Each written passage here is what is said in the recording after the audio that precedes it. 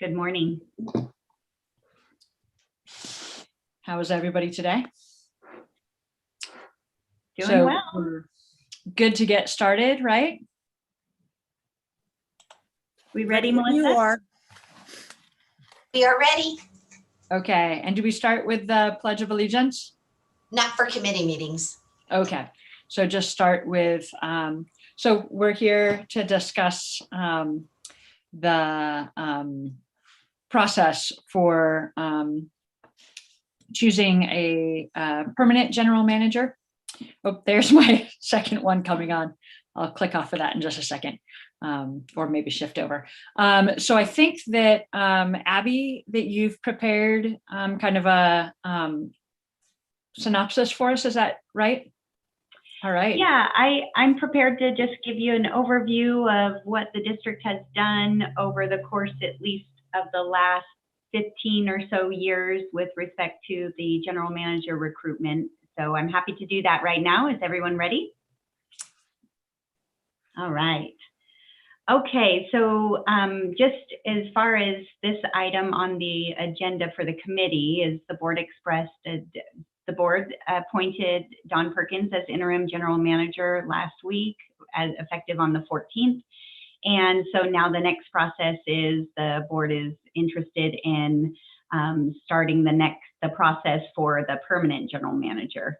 And so wanted to bring it to committee to get the committee's ideas and a possible recommendation to the board on how to get that process started. So just as by way of history, is back as far as the records I had readily available, as far back as 2006, the district executed an agreement with an executive recruitment firm. At that time, it was Alliance Resources Group, and who ultimately led the board in that recruitment, and the board selected the general manager, Pete Campa, in 2006. And then in 2014, the board hired a search firm, Neer and Associates, to kick off the recruitment for that when Tom Shaza was retiring, who took over after Pete Campa. And the board actually ended up terminating the agreement with Neer and Associates and hiring CPS HR to kick up kind of the part 2 GM recruitment for there in 2015. And under the guidance of CPS HR at that time, the board selected Tom Hagland for the general manager position. And then when Tom Hagland retired, the board selected the recruitment firm W. Brown Creative Partners, Wendy Brown, for the executive search in 2018, where the board ultimately hired Ed Pattison for the general manager position. I have a couple of documents if you'd like to see on the screen. Most recently, for the 2018 recruitment, we did issue a request for proposals to 9 executive search firms that are reputable in California, who have done executive searches for positions of general manager for water districts. And so the board, we received proposals from a number of search firms, and the board whittled that down, heard presentations from 2 of those search firms, and ultimately selected Wendy Brown.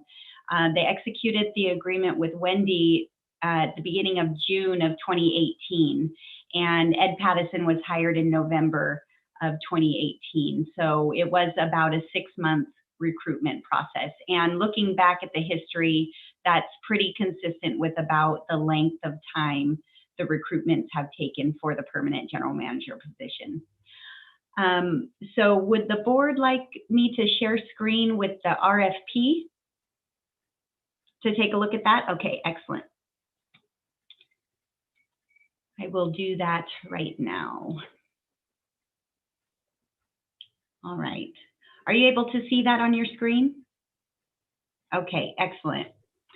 So it's I believe it's a 3-page document, and as I scroll, so we issued the RFP at the beginning of April, and gave a due date. And then so we had a scope of services, a little introduction on TUD, and then also an introduction about the position.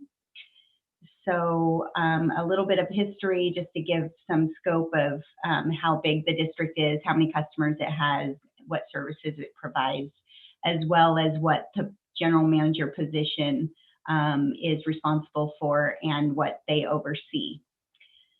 And then there was a list of proposal requirements. So this was what the executive search firms or the consultants were specifically requested to provide in their proposal to be eligible.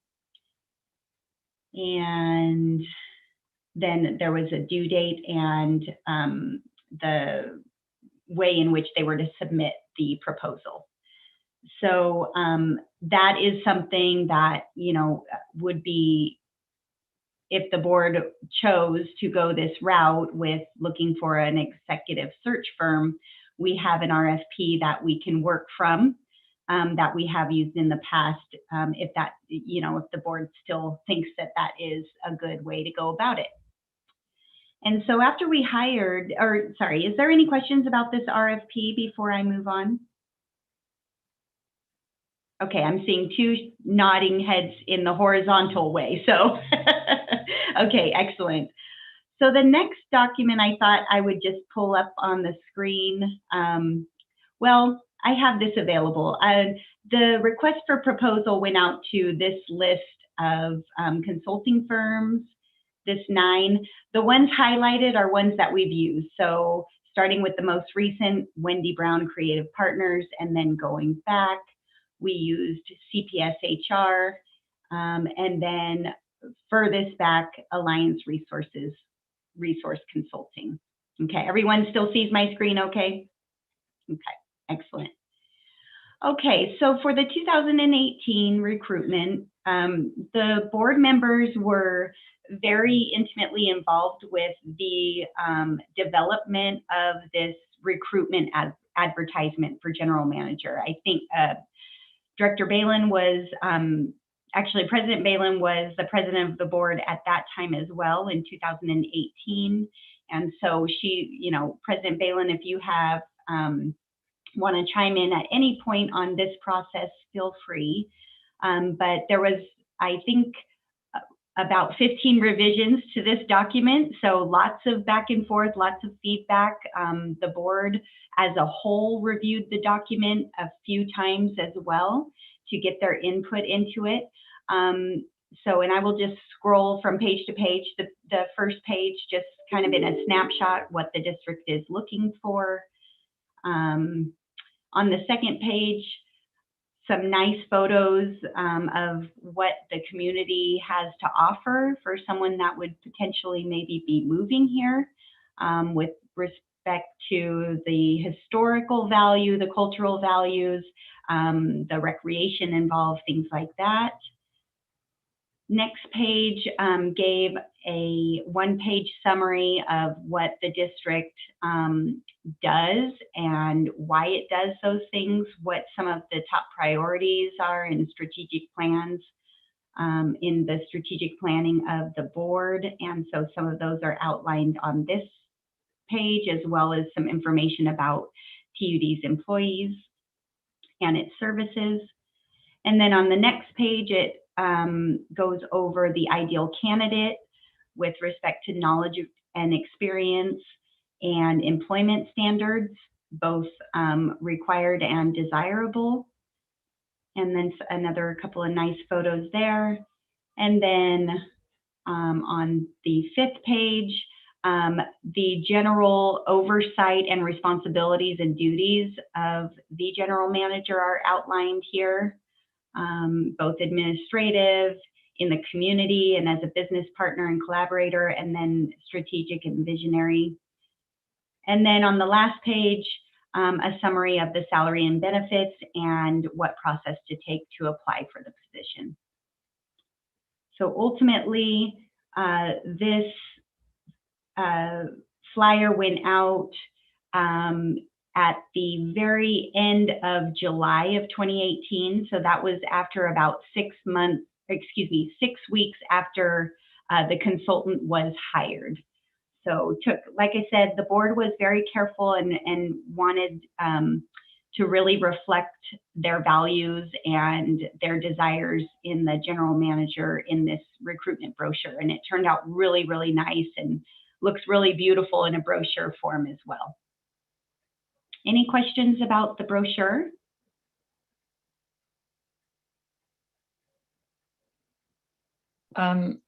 So how is the brochure distributed?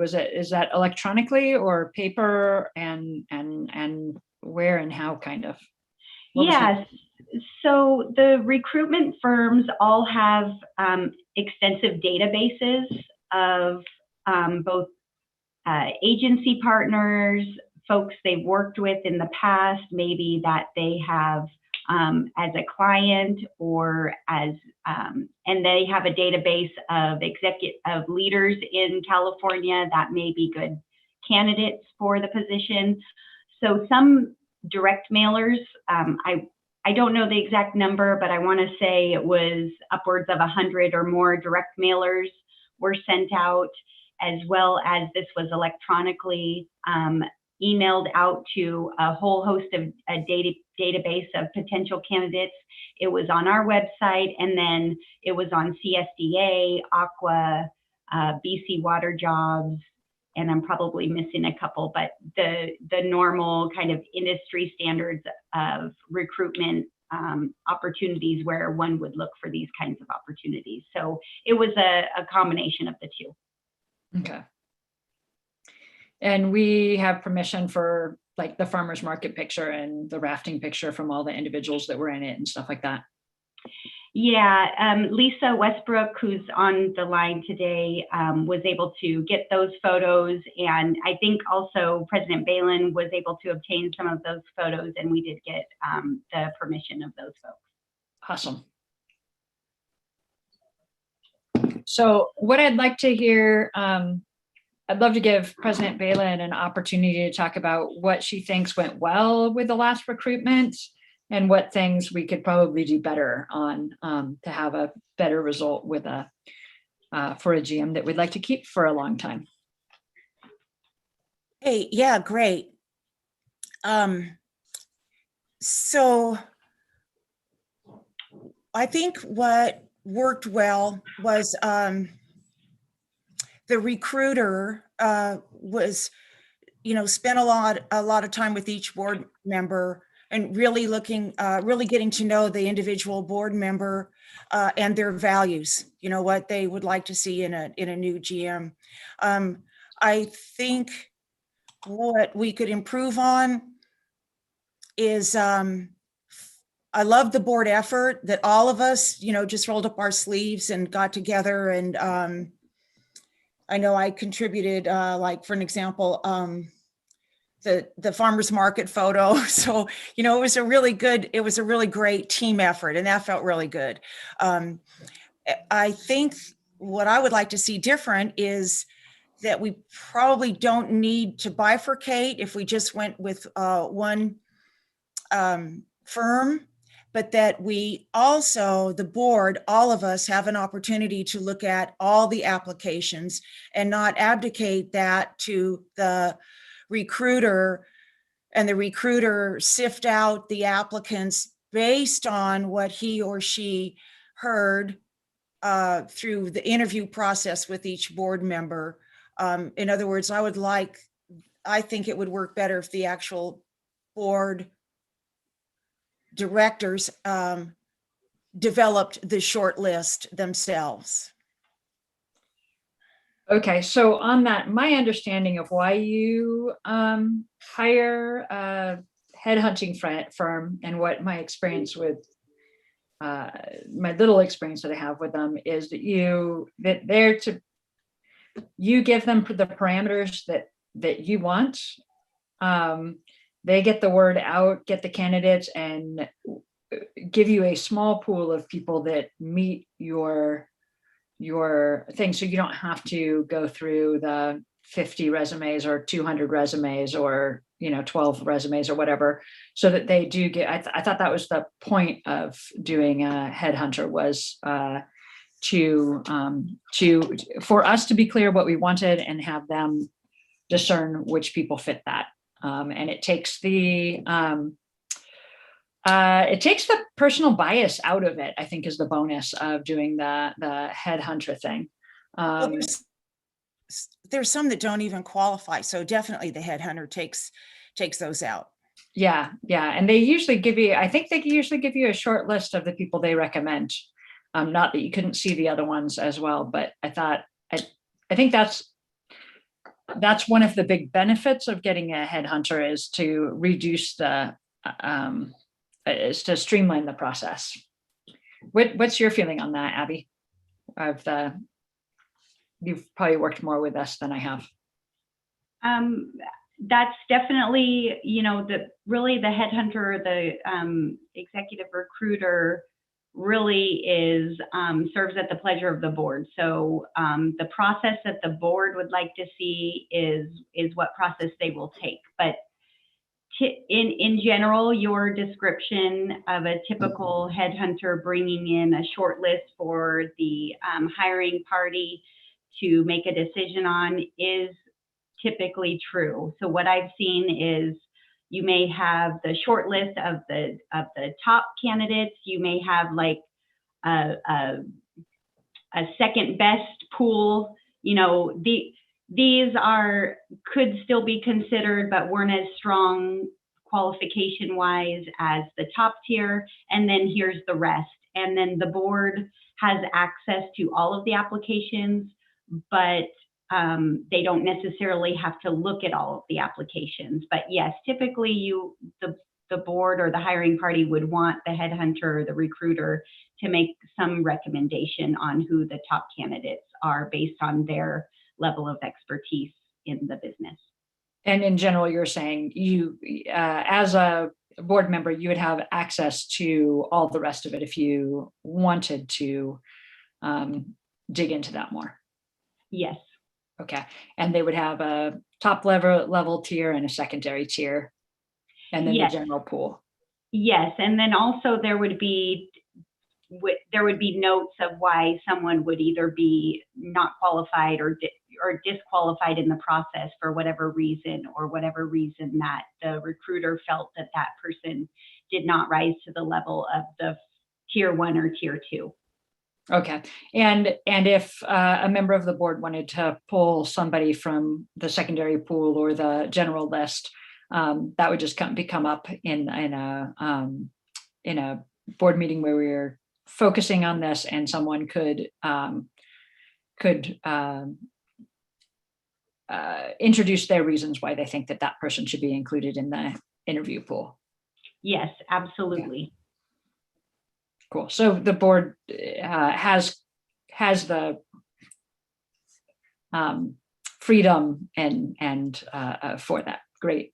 Yes, absolutely. If you don't, just for my edification, if you don't use a firm to get the word out and to recruit, what is because I've heard about the question now is, are we going to go that way, or are we going to do an internal process? And so could you also tell us a little bit about how that internal process could work? Yeah, I'll tell you how the internal process for other positions have gone. Other than the interim general manager that we just did, I think was a sort of a expedited process. So I have not been the sole responsible party for the general manager executive search firm. So I just wanted to be fully transparent that that's not my expertise. I'm a generalist. I take care of all things related to HR. But the typical process is there would be a very similar to the executive search firm. However, I don't have necessarily the contacts or quite possibly be able to directly notify folks that might be a good fit for the position. So that would potentially be limited, because some of these firms, I believe, maybe have just over the course of maybe 20 years that the firm's been in existence, created a much larger database. But what we would do in here is we would identify where the advertisements would be placed, what industry websites and what recruitment advertising we would do, whether it's hard copy paper, most of it's online, and what sites are you posting it on, as well as develop the brochure. You know, that in this case, normally it would be with the hiring supervisor or the department head of the position we're hiring for. But in this case, it would be obviously with the board of directors, and making sure you're comfortable with the way we're advertising the position. We would develop a timeline. We would develop the deadline for applications, and then a way in which that we would be able to go through the qualifications according to the board's decisions and what they're looking for, and then prepare notes on each candidate, because typically most folks, certainly our department heads and our supervisors, do appreciate some level of whittling the list down to the folks that are the most closely, the closest to the fit that the board or the hiring manager is looking for, and those kind of things. Then we would set up interviews, of course, for this recruitment. It would all be done with the board in closed session, so as to maintain the confidentiality and the integrity of the recruitment. Many of these folks will be working other places, and so you don't want them to have to go through a public process while they're still employed elsewhere.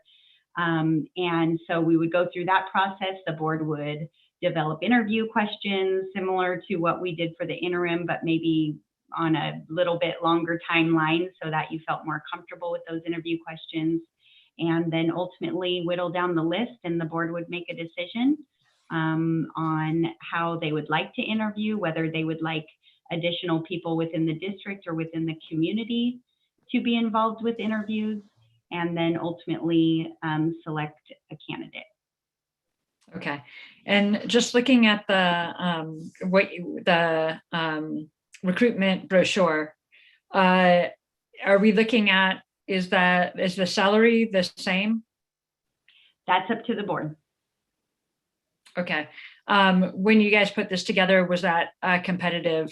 That was the kind of what was deemed to be kind of the competitive range? Yes, yes, it was a competitive range, and that was a range that the board felt comfortable with in this area. Cool. And would you, just because I'm just curious if it would, if with inflation and stuff like that, if it would have changed, or can we, is that similar to what we would be expecting this go round? Well, I have not done a lot of research on that, so I haven't done the comps, but there would be, I believe that to be competitive, it would have to increase at least a small margin, but I can do that research and report back to the board on that. That's not something you have to determine immediately, but throughout the process, obviously before the position is posted. Right, yeah. And it would be great to know. I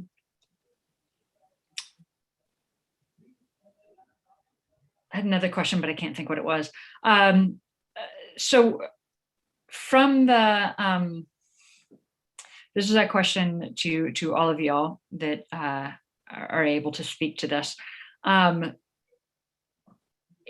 For me, this last process that we went through was very enlightening, that it seemed that it was very high priority for the interim, for a lot of the board members, that this was a local recruitment. There was a local, the local knowledge was important on the short term. I think that's something that would play into this greatly, that if we're looking more locally, I would think it would be an internal process. And if we're looking more broadly to bring someone into the area, that we would go with a bigger recruitment firm. On that, I know just because of the situation that the last general manager didn't choose to live in the county. Is that something from the HR perspective? Is that something that we can, I think when we were talking about it before, it's not something we can require. We can wish for that, and we can make requirements on when they, how much time and when they are in the office or available for work. But we can't actually require someone to live within the county boundaries, is that, or the utility district boundaries, is that correct? That is correct. Okay. Yeah, there's case law on that, where you can do residency requirements, which we do have residency requirements for our folks that are on call, because we need to ensure the health and safety of the community, and so they need to be able to respond in a certain time frame. Yeah, and that's set up in response time rather than location, just within 30-minute response or something, right? Yeah, we actually went back and forth on that, but we did settle on, and working with the union very closely and our legal counsel, there is a mile radius, because it's a little bit tough on response time, because that can get into a safety issue if someone says, I know I live an hour away, but I'll get there in a half an hour. Yeah. not a good thing. So we definitely, safety is the number one there. Yeah, not only for our employees, but obviously the community. So that's how we set that up. Excellent. And yeah, kind of in a lot of places I've worked, it's been the required occupancy for the people who are the emergency response folks, for the water systems, for the wastewater systems, for the high voltage stuff, for all of that. And so I'm familiar with that. Okay. So in this meeting today, what are we trying to, like what we listed for the meeting was discussion and possible committee recommendation for the recruitment of the permanent general manager position. So, but what I was seeing in the documents that you sent out, right? We have the option to put out the, what did you call it? RFP, request for RSP. proposal. Yeah. For firms to basically ballpark costs and voice their interest in ballpark costs, right? Yeah. So would that be the next step we, because it seems like before we would recommend a recruitment firm, we would first do that. Is that, it seems like that's the steps. Yes, and you know, President Balin may have some comments on this, but I think it would just be, would the committee recommend to the full board to direct staff to initiate an RFP for executive search firms, or is the committee recommendation that they want to recommend to the full board that we do the recruitment in some other manner? So I would think that the part of the data collection on that would be finding out how much a firm would be charging for this, right? So would it make sense to first put out the cast the net for who's interested and what they would charge for it before making that recommendation? Well, the committee could make a recommendation to the board to direct staff to do the RFP. That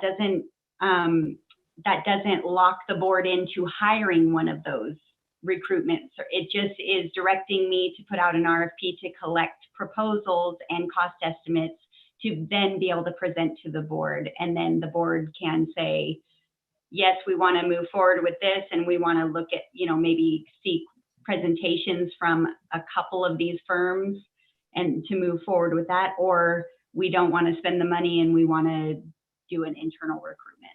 Yeah. So the two things that I would love to take back to the board is I would like to recommend that we cast that net to find out how much it would be to do an external recruitment.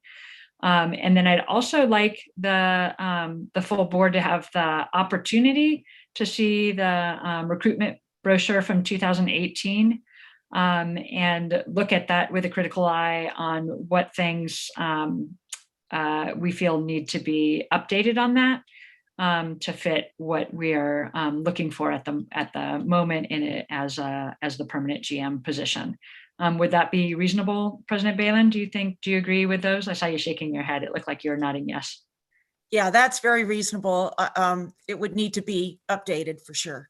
And it's really cool to have it, all of us involved. Yeah. Yeah. And if people want to do it, they'll do it. If people don't want to do it, that's fine too, as far as if they don't have a position on that or don't have the time. But I think it'd be great to put that out to the whole board. And do you feel okay about the recommending to cast the net and find out what the cost would be for an external process? Yeah, it would be cost, and like Abby said, it would be their process, which is a good fit for the board. Yeah. And so do you feel comfortable with that recommendation of those two things? Yes. Okay. And Abby, do you feel comfortable with that? Yeah, I just want to, can I repeat back what I think I'm hearing? So Yeah, absolutely. Okay, excellent. So what I'm hearing is that the committee is making a recommendation to the board for the board to direct staff to move forward with a request for proposals to executive search firms for the position of general manager and to receive those proposals. And secondly, at that meeting to bring forth the 2018 GM advertisement just for the board to take a first look at it and then to request feedback from the board? Exactly. Okay. Yeah, exactly. Okay. At the board meeting where with presenting the committee recommendation, would it be helpful to either bring the RFP we've already used or to draft a new update RFP just as a draft for the board to take a look at what it would look like before they make that, before they vote to direct me to send it out? Yeah, I think that would be great to have a draft of the revised. Okay. Thank you for that suggestion. Okay. I'm clear. Cool. Is there anybody else have anything they want to add to the discussion or any worries that or concerns that they have? Oh, one more question. Yes. Let's see, it's June 10th. I believe the June 22nd board meeting is pretty full, but would you like me to bring this to the June 22nd meeting? I think if that seems reasonable to you, Director Balin, to have that on I think my thought is we're giving people the initial starting point, and that the actual decision on what firm to go with, or if we're doing internal or external, will come at a future meeting. So I think this, and then this will be an introduction to the recruitment brochure, but we'll have time to look at it and decisions will be made later. So I'm hoping that this would be a pretty quick item. Do you see it that way, Barb? And do you think that there is room on the 22nd agenda to add this if it's a quick item? I think it's a good idea to add it. Okay. And then that gets the ball rolling and gets people's eyes on these documents a little sooner. Yep. Okay. Great.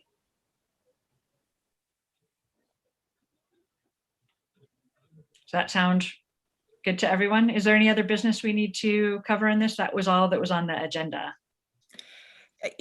Abby, if you could send the board the 2018 recruitment, and that way folks can see what we had done, and then they can look at whatever is being proposed as a revision.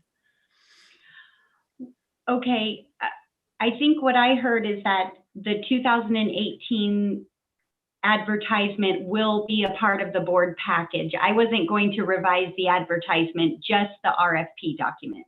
Okay. Perfect. Yeah. Yeah, because the advertisement is at the board's pleasure. So I don't want to think I know what the board wants to update. Good. That's what you guys, yeah, thank you. I appreciate you Thanks saying for the that. So, clarification. Okay. Yeah. Yeah, and it would be an invitation then at that point to, between then and when we next discuss it, for the board to look at that brochure and take the time to go over it. Is that brochure already up on the website somewhere, or is it internal document?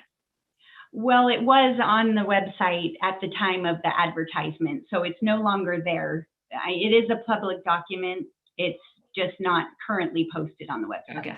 So if, because I see all the board members are listening in to the meeting today. If someone had a particular interest to request that earlier, there'd be no problem because it is a public document. Correct. Okay, cool. So the expectation is it will be in the board packet. But if anybody who's listening wanted to get that ahead of time, they would just contact you, Abby. Yes, that's a great way to do it. Yes. Okay, fantastic. All right. Well, does that bring our meeting to an end at this point? Have we discussed everything we need to discuss and we're good? Yes. Thank you. All Good. right. Well, thank you everybody for your time, and look forward to the next step of these